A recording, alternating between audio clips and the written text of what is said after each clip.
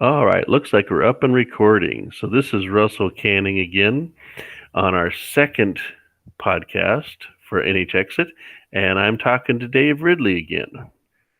Yep, that would be me. uh, so our first one was partly experimental and partly just getting the ball rolling. Since the second one will be covering an event that came up. We had I visited the Seacoast Welcome Group last month, I think it was. I think I went to a Free State Project Porcupine Mover Party in a new space they have called the Shell. And they have a cool place in an old mill on the river that in Rollinsford, and the river is, and on the other side of the river is Maine. So that was cool. And So we should probably point out that Free Staters are people who move to New Hampshire for more freedom. They tend to be libertarians.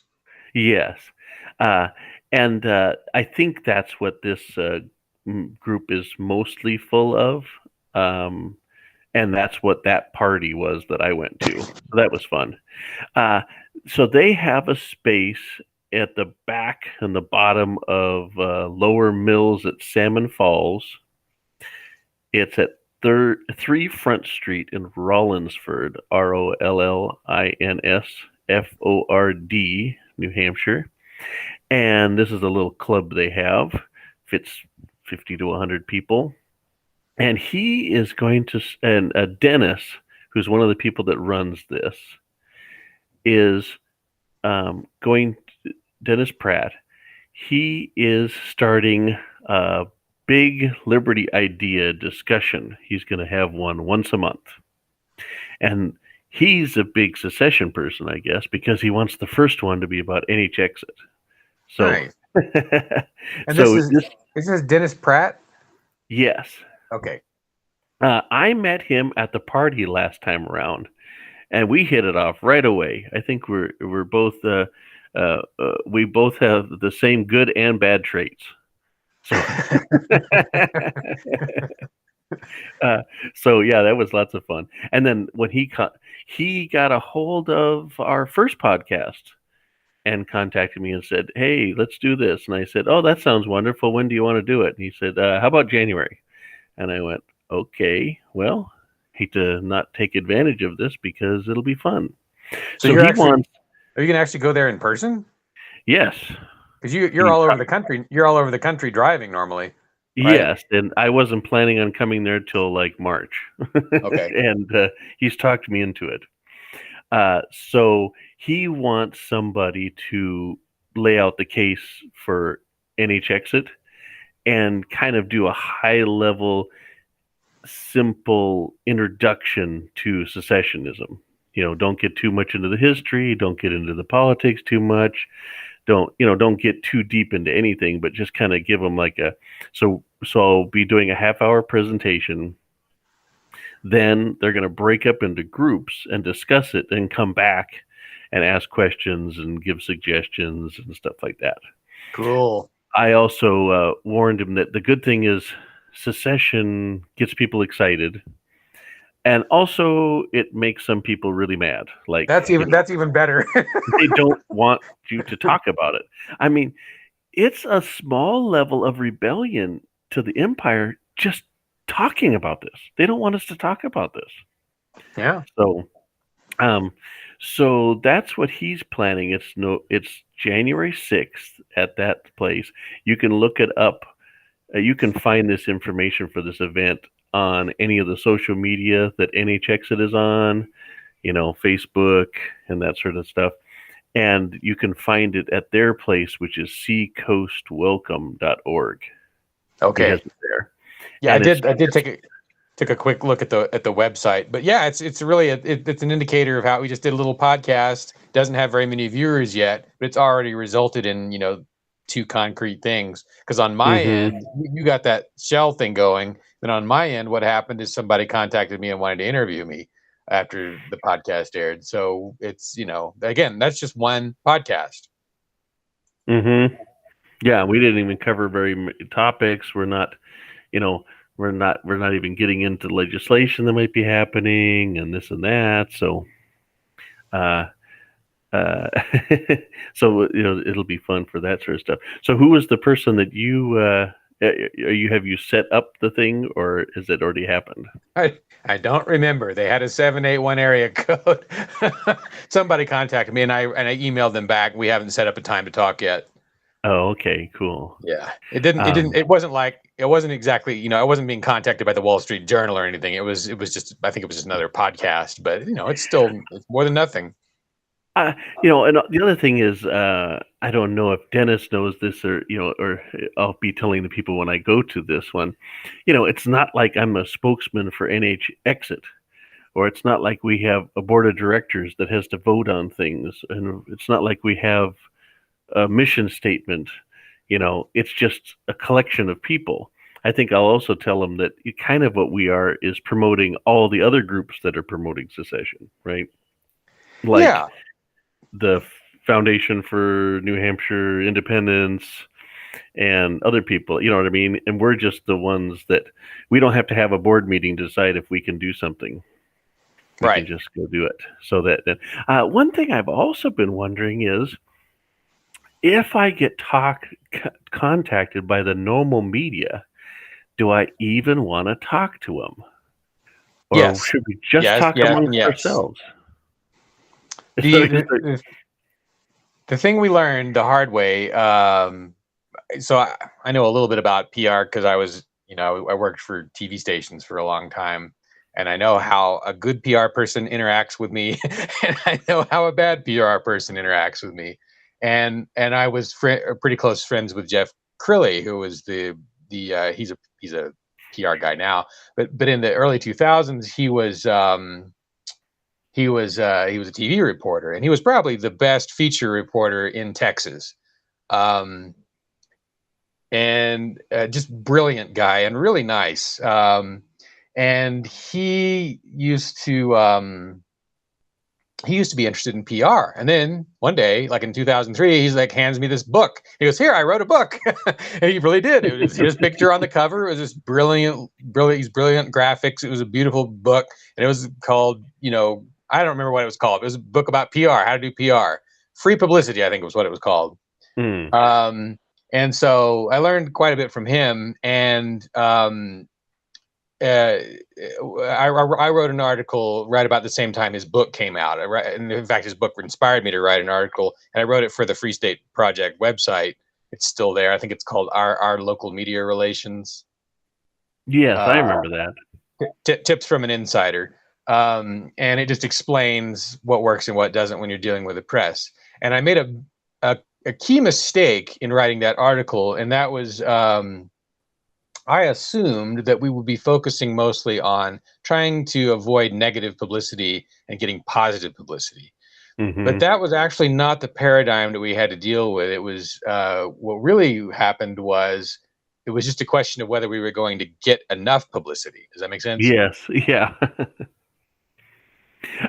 Also, that's one thing about secession is it's much more controversial and can bring the negative publicity, but it brings publicity. Yeah, if you're not bringing negative publicity, you're probably not bringing publicity. So the reason the Free State Project doesn't get that much publicity anymore, I mean, it goes in fits and starts. I mean, there's been points in time where we've gotten a lot, but by and large, we don't get that much. We could always use more. And the reason is because we're actually not that controversial. We're not controversial enough.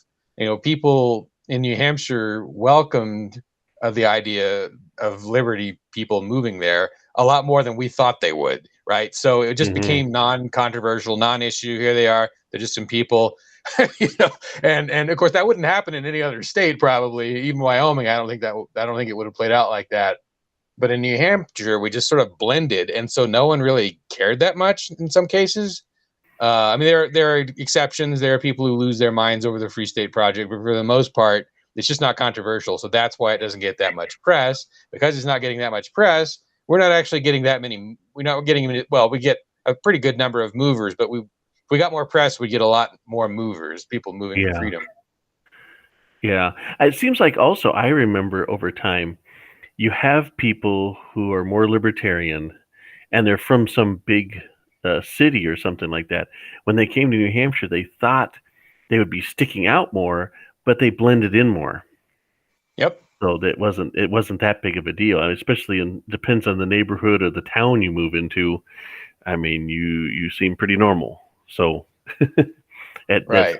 and that's also why I like the idea of promoting NHexit, because we don't have to, if somebody just wants to move to New Hampshire and blend in, well, they don't have to join us, and we can do more publicity, right? You can be pushing, because in order to succeed, we're going to have to get everybody to, we're going to have the hearts and minds of a lot of people. We can't Right. just Well, do that no, with a few actually, people. well, sort of. What's going to happen is it's going to be beyond our control. There's going to be something that external that happens. The feds are going to do something that makes people want it. We can't make them want it.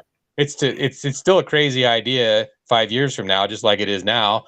But the problem is 5 years from now, the feds will probably be doing such bad things, or the economy will have fully collapsed, or something along those lines. Something will happen that changes people's opinion, something external to New Hampshire. Mm-hmm.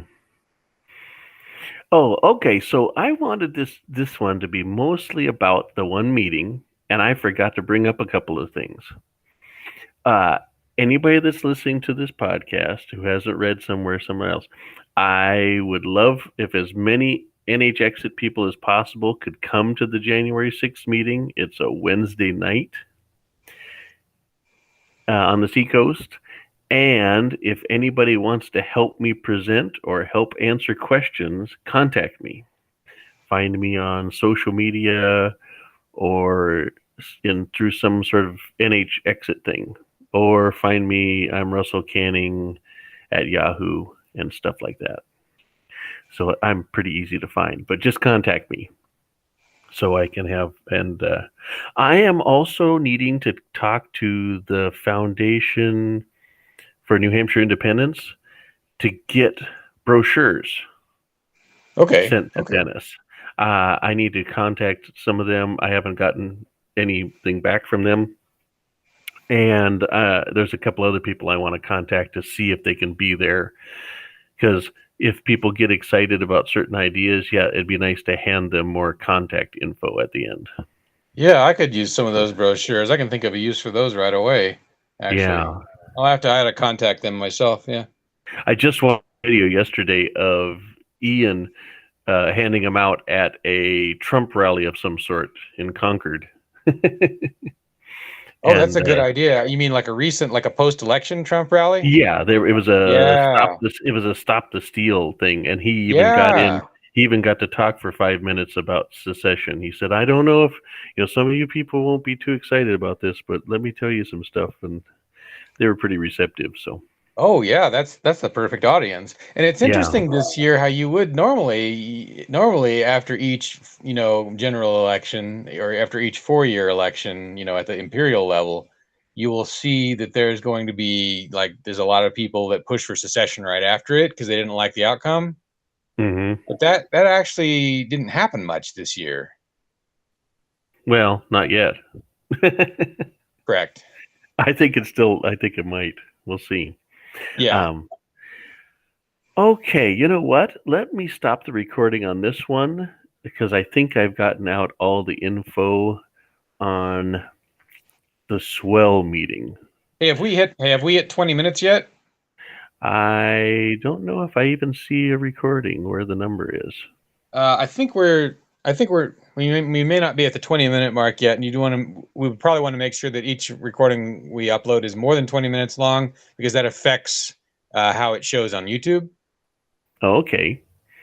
Interesting. Yeah. If it's less than 20 minutes, people assume it's not a podcast, and it fails to show up in the filters. Oh, interesting. Yeah. Yeah, because I do listen to podcasts that some of them are 10 minutes long.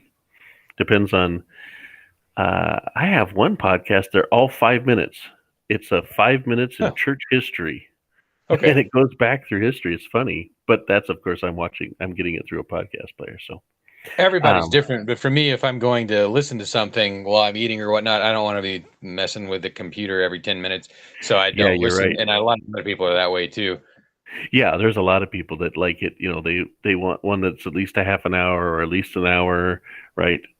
And Yeah. and then so another thing that I'm going to be doing down the road here is do a big live meeting with as many uh, NHexit people as possible, and we'll Yeah. have fun and plan and see what happens. Then, if that goes well, we should maybe we'll do it and record it all. So there could be Yeah. 5 or 10 of us, and it'll be mayhem. It'll be fun.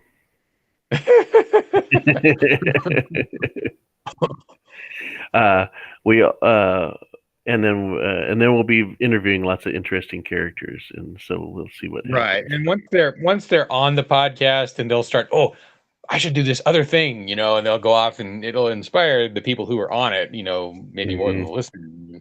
So Uh, yeah, and that's the other thing is now that I have NHexit.org there, if anybody has any New Hampshire secession activism or info that they have, and I will promote it, unless you're evil and want to kill people. So anything besides that, I will be promoting it. It's just too much fun, and are we you seem to familiar? be. I'm sorry, go ahead. Yeah. Are you familiar with the concept of super forecasting teams? Mm-mm. So No. I forget the website. There's what is the main website where there's like a web forum where people make predictions, and each it's Oh, like it's okay. like a bunch of forum threads, except on each thread you might have 100 people, and they've all given like weighted average predictions as to whether the Swiss military doctor who autopsied Yasser Arafat is going to find polonium right in his gut, or something like that. So all So the I am So, Dave, while you're and, saying that, I'm at a website called goodjudgment.com, and it's yeah, public super forecasts. yeah, it's very So, connected. But I'm not sure this is like the little people part where you can participate yourself. Good judgment is the root of all this, and that's what triggered uh, this sport, if you want to call it, of predicting yes, and being held yeah, accountable. But these I what I think it would be really neat to have happen is a super forecasting team to start looking into the question of which countries are going to break apart, particularly the United States, and what the chances are and what the timing might be. A super forecasting team is going to be able to actually predict that with relative accuracy. And the problem is that most of these teams, they're talking about their own subjects, not your subject, and mm-hmm, they are the really good ones are doing. I think they're doing a lot of this in secret. Good judgment. Like I don't know where I would go to find goodjudgment.com's team, their best team, what they predicted last month. It seems like it's all kind of hidden, but mm, there's sort of like an open source version of it that average people are pumping into and having fun with. And then you can see like there are certain people who have the highest ratings for predicting things. yeah, It's really nice to have a super forecasting team on this, and I just don't think the science is developed, but the actual culture is not developed enough so that you can just find answers to all kinds of questions. mm-hmm. The other thing that's related to that, talking about other, who's going to secede first and what's going to happen. I the guy, one of the guys doing Texas secession, wants to have us on his podcast and is willing to come on ours. So I'll be trying to set that up as soon as possible. I think we need to set up a friendly rivalry with him. So that will be fun. I was Yes, thinking that of would be. all the things that make, New Hampshire versus Texas better, worse for secession and other stuff. So we could start the ball rolling on that. Yeah. That would be fun. Um, like, I would have to give them that Texas has going for it that it was independent not as long ago, right? New Hampshire's been in the empire for longer. Right. But on the other side, New Hampshire was the first one to split last time, right?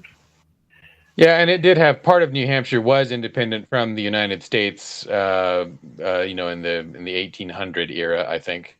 Yeah. And then Texas has the advantage of it's big and has certain things going for it. But then New Hampshire has, if Texas is busy seceding, New Hampshire might be able to sneak off without them even noticing. Like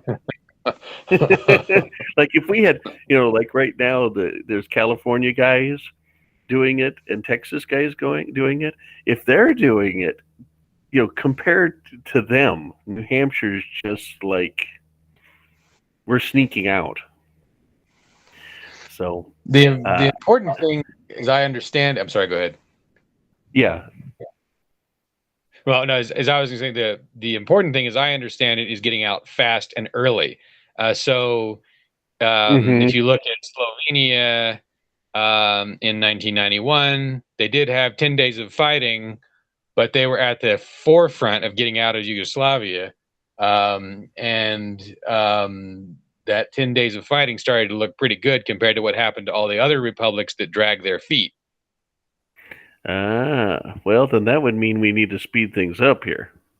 Yeah, and of course, Slovenia is not the best model. Yugoslavia is a terrible model as well. That is not how you want secession to play out. It's a much better model. And yes, secession it can be dangerous, right? It's not something that is undertaken or talked about lightly, despite the fact that we might be jovial. I think we all have to recognize that this is a dangerous thing that you do when there's not really any other better option, right? If your government something like Slobodan Milosevic tried to do around Yugoslavia, or like had been done to the Estonians historically, it's a dicey thing. That is, it's like it's your fire escape. No, you don't want to be on a fire escape, but that is sometimes better than burning alive.